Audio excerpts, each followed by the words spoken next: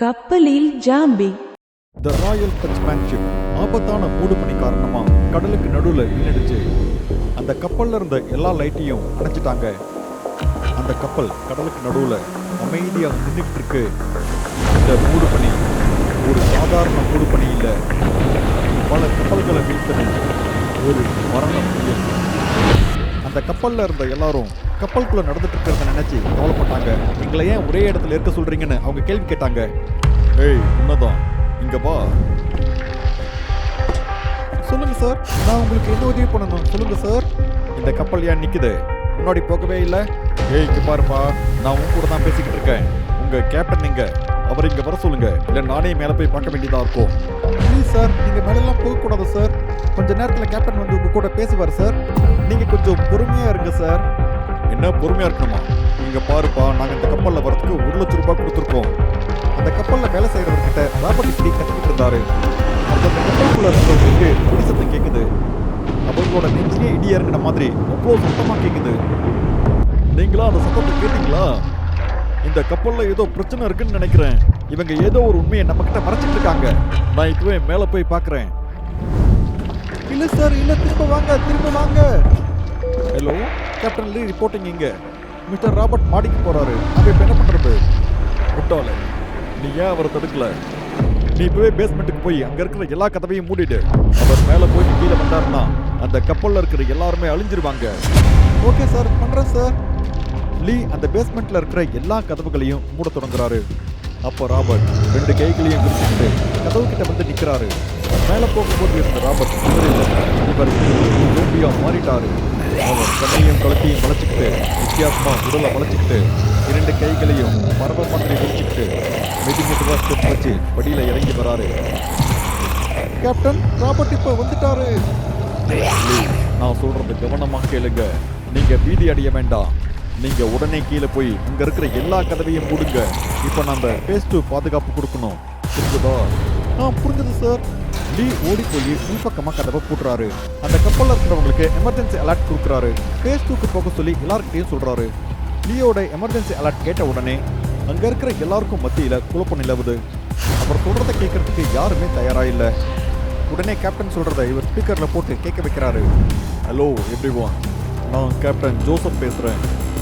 திடீர்னு நடந்துட்டு இருக்கிற எல்லா விஷயத்தையும் பார்த்து நீங்க ரொம்ப வருத்தப்பட்டு இருக்கீங்கன்னு எனக்கு தெரியும். ஆனா என்ன நம்புங்க, உங்களை நான் பாதுகாப்பான இடத்துல வைக்கிறேன். இந்த நேரத்துல நீங்க லீ சொல்றதை கேளுங்க. காலையில ஆன உடனே எல்லாமே சரியா போயிடும். நான் உங்களுக்கு வாக்கு கொடுக்குறேன். கேப்டன் அப்படி கேட்டுக்கிட்ட உடனே மக்கள் எல்லாரும் ஃபேஸ் 2க்கு போறாங்க. ஆனா ராபர்ட்டோட கேர்ள் ஃப்ரெண்ட் லியானா திரும்ப திரும்ப ராபர்ட்டை பத்தியே கேட்டுக்கிட்டு இருந்தாங்க. அங்க இருந்த எல்லாரும் போயிட்டாங்க. லீ மட்டும்தான் அங்க இருக்காரு. அவர் லியானா கிட்ட ரிக்வெஸ்டா ஃபேஸ் 2க்கு போக சொல்லி சொல்றாரு. ஆனா லியானா அதை கேட்கறதுக்கு தயாராகவே இல்லை. அப்ப ஃபேஸ் 1ல கதவை தட்டுற சத்தம் கேட்குது. அந்த கதவுல இருக்கிற கண்ணாடி வழியா ராபர்ட் இன்னொரு பக்கம் இருந்து ரொம்ப தெளிவா தெரியுது. இதை பார்த்த லியானா கேட்கறாங்க, அவரு ராபர்ட், எதுக்கு அவரை உள்ள விட மாட்டேங்கிறீங்க? இல்ல மேடம், நீங்க அவர்கிட்ட இருந்து இப்ப விலகிதான் இருக்கணும், இல்லனா எல்லாமே முடிஞ்சிடும். என்ன பண்ணி வச்சிருக்கீங்க நீங்க ராபர்ட்க்கு? தயவு செய்து விடுங்க. இப்பவே நான் கதவை திறக்க போறேன், அவன் உள்ள வருவான். இல்ல மேடம், நீங்க அப்படிலாம் பண்ணக்கூடாது. லீ இவ்வளவு மறுத்த பிறகு கூட லியானா கதவை நோக்கி நடக்க ஆரம்பிச்சாங்க. உடனே லியானாவோட கையை பிடிச்சிட்டு லீ கேப்டன் கூட பேச ஆரம்பிக்கிறாரு. கேப்டன் சொன்னதை கேட்ட உடனே லீ லியானாவோட கையை விட்டுறாரு. ஏன்னா கேப்டன் சொன்ன போது கூட லியானா அதை கேட்கவே இல்லை. அதனால லியானாவை அங்கேயே விட்டுட்டு லீயை பாதுகாப்பான இடத்துக்கு போக சொல்லி கேப்டன் சொல்லிட்டாரு. அதனால லியானாவை ஃபேஸ் 1லேயே விட்டுட்டு லீ ஃபேஸ் 2க்கு போயிட்டாரு. ஃபேஸ் 2க்கு போய் அவர் கதவை மூடிட்டாரு. அப்புறம் அந்த கதவு வழியா அவர் லியானாவை பார்க்க ஆரம்பிச்சாரு. லியானா போய் ஃபேஸ் 1 கதவை திறக்கிறாங்க. கதவை திறந்த உடனே ராபர்ட் ஓடி வராரு. இதை பார்த்த லியானா ரொம்ப பயந்து போய் ஃபேஸ் 2 கதவு கிட்ட ஓடி வந்து கதவை திறக்க சொல்லி கெஞ்சுறாங்க. இதெல்லாம் பார்த்துக்கிட்டே இருந்த லீ கதவை திறக்கிறதுக்கு தயாரா இல்லை. ஏன்னா இவர் கதவை திறந்தாருன்னா அந்த ஃபேஸ் 2ல இருக்கிற எல்லா மக்களுக்கும் ஆபத்தா முடிஞ்சிடும். லியால எதுவுமே பண்ண முடியாததால லியானா ஃபேஸ் 1லேயே இருந்தாங்க. அப்புறம் அவங்க ரொம்ப சத்தமா கத்த ஆரம்பிச்சாங்க. தயவு செய்து என்கிட்ட வந்துடாத, தயவு செய்து என்கிட்ட வந்துடாத. லியானா சொன்ன எதையுமே ராபர்ட் கேட்கவே இல்லை. அவரோட உடல் அழுகிய மாதிரி இருந்தது. அவர் லியானாவுக்கு பக்கத்துல வந்து லியானாவை கட்டி பிடிச்சிட்டாரு. அப்புறம் லியானாவோட சதைய அவர் சாப்பிட ஆரம்பிச்சாரு. லியானா வலியால துடிக்க ஆரம்பிச்சாங்க. அப்புறம் மெதுவா ராபர்ட் கூட சேர்ந்து அவங்களும் ஜோம்பியா மாறிட்டாங்க. அப்புறம் திடீர்னு அவங்க பேசுற கதவோட கண்ணாடி கிட்ட வந்து அந்த கதவை சத்தமா கட்ட ஆரம்பிச்சாங்க. அப்புறம் லியானா அந்த கதவை உடைக்கிறதுக்கு முயற்சி பண்றாங்க. சார், ராபர்ட் லியானாவை தாக்கிட்டாரு. மறுபடியும் ராபர்ட் மேல போறாரு. நீ முதல்ல மக்களை அமைதிப்படுத்து. மக்களெல்லாம் ரொம்ப பயத்துல இருப்பாங்க. மக்கள் எவ்வளவு பயப்படுறாங்களோ ஜோம்பி அந்த அளவுக்கு வலிமையா மாறிக்கிட்டே வரும். இன்னும் வெறும் 2 மணி நேரம் தான். காலையில எல்லாமே சரியா போயிடும். அப்புறம் எல்லாம் முடிஞ்சிடும். அப்புறம் விளக்கு ஏற்றி வைக்கிறதுக்கு நீ தயாராரு. நெருப்பு நீ ரெடி பண்ணி வச்சுக்கோ. இப்படி சொல்லிட்டு கேப்டன் ஜோசப் லைனை கட் பண்ணிடுறாரு. ஆனா லியானாவை புறக்கணிச்சுட்டு அங்க இருக்கிற எல்லாரையும் சமாதானப்படுத்த முயற்சி பண்றாரு. அவர் பேசிட்டு இருக்கும்போது நேரம் அப்போ சரியா இரவு 1 மணி. லியானா தொடர்ந்து கதவை கத்திக்கிட்டே இருந்தாங்க. அந்த கதவோட கண்ணாடி மெதுவா விரிசல் விழ ஆரம்பிக்குது.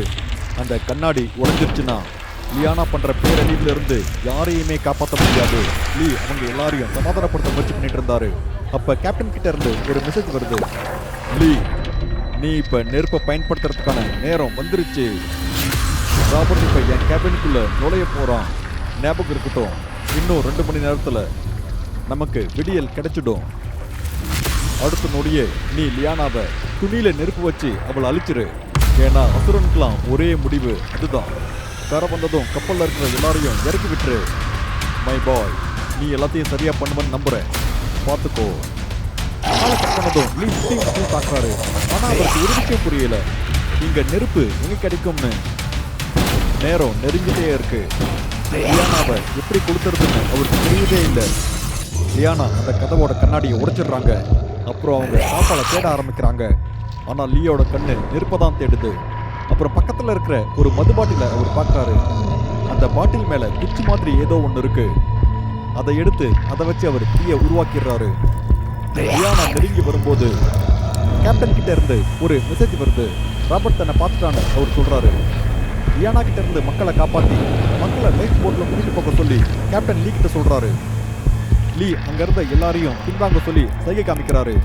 அப்புறம் கையில நெருப்போட மட்டும் முன்னோக்கி போறாரு.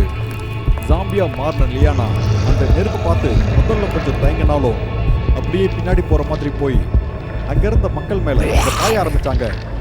ஆனா அங்க இருந்து அந்த மக்களை பாதுகாப்பு கவசம் மாதிரி காத்தாரு. காலையில் ஆகிறதுக்கு இன்னும் கொஞ்ச நேரம் தான் இருக்கு. அதனால லியானாவை நெருப்பு வச்சு பயன்படுத்திக்கிட்டே இருந்தாரு. அப்புறம் கப்பல்ல இருந்த எல்லார்கிட்டையும் பேஸ் போக சொல்லி சொல்றாரு. அதனால அந்த கப்பல்ல இருந்த எல்லாரும் பேஸ் போக தயாரா இருந்தாங்க. அப்புறம் கையில வச்சிருந்த மதுவை லியானா மேல ஊத்திட்டு கையில இருக்கிற தீப்பந்தத்தை வச்சு லியானா மேல நெருப்பு வைக்கிறாரு. அப்புறம் அங்கிருந்து அவர் ஓட தொடங்குறாரு. இன்னொருக்கும் ராபர்ட்க்கும் கேப்டன் தீ வச்சிருந்தாரு. எல்லாரையும் காப்பாற்றணும்னு கேப்டன் மும்பரமா இருந்தாரு. கப்பல்ல இருந்து எல்லாரும் லைட் போட்டு நோக்கி போனாங்க. அந்த கப்பல் மூழ்கிற நிலைமையில எரிஞ்சுக்கிட்டே இருந்தது. அங்கிருந்த எல்லாரையும் லைட் போட்ல அனுப்புனதுக்கு அப்புறம் அங்க ஒரு போட் மட்டும் மீதி இருக்கு. அதுல கேப்டனும் லீயும் ஏறிட்டாங்க. சீக்கிரம் வா, கப்பல் இப்ப மூழ்க போகுது. கேப்டன், நீங்க போட்ல ஏறுங்க, நான் இப்பவே வந்துடுறேன். சொன்ன மாதிரி கேப்டன் போட்ல ஏறிட்டு லீக்காக காத்துட்டு இருக்காரு. கையில ஒரு கத்தியோட வேகமா ஓடி வந்துட்டு இருக்காரு. அப்புறம் போட்ல இருக்கிற கேப்டனை அவர் பாக்குறாரு. லியோட கையில ரத்தம் வந்துட்டு இருக்கிறத கீழே இருந்து கேப்டன் பார்த்துக்கிட்டே இருக்காரு. அப்புறம் லியும் மெதுவா ஜோம்பியா மாறிக்கிட்டு இருக்காரு. கேப்டன் எதுவும் சொல்றதுக்கு முன்னாடி, அவர் எதுவும் பண்றதுக்கு முன்னாடி லியே அந்த போட்டோட கயிறை அறுக்கிறாரு.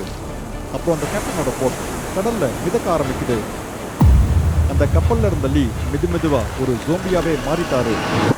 அவர் தன்னையே தியாகம் பண்ணி கேப்டனை காப்பாத்திட்டாரு. இதெல்லாம் பார்த்துட்டு இருந்த கேப்டன் லியை நினைச்சு அழ ஆரம்பிக்கிறாரு. அவர் ஈரமான கண்களோட லீக்கு சல்யூட் அடிச்சு அஞ்சலி செலுத்துறாரு. ஆனா நண்பர்களே, இதுல ஒரு முக்கியமான கேள்வி என்னன்னா, அந்த கப்பலோட மேல் தளத்துல அப்படி என்ன இருந்தது? ராபர்ட் இப்படி ஜோம்பியா மாறினாரு. அப்புறம் அந்த கடல்ல எப்படி திடீர்னு கரும் மூடு பனி உருவாச்சு? அதனாலதான் இந்த கப்பலுக்கு இந்த நிலைமையே உருவாச்சு. இந்த எல்லா கேள்விகளும் உங்க மனசுல இருந்தா நீங்க கமெண்ட் பண்ணுங்க. இந்த கதையை நீங்க ஷேர் பண்ணுங்க. அப்புறம் இந்த கதையோட 2வது பார்ட்டை நாங்க சீக்கிரம் கொடுக்குறோம். டூடு டிவி ஹாரர் தமிழுக்கு உடனே சப்ஸ்கிரைப் பண்ணுங்க. அப்புறம் உங்களோட கதையும் இந்த உலகத்துல இருக்கிறவங்க பார்க்கணும்னு நீங்க ஆசைப்பட்டீங்கன்னா உடனே டூடு டிவி மெயில் அட்ரஸ்க்கு உங்களோட கதையை அனுப்புங்க. அடுத்த பயங்கரமான கதை உங்களோட தான் இருக்கிறதுக்கும் வாய்ப்பு இருக்கு.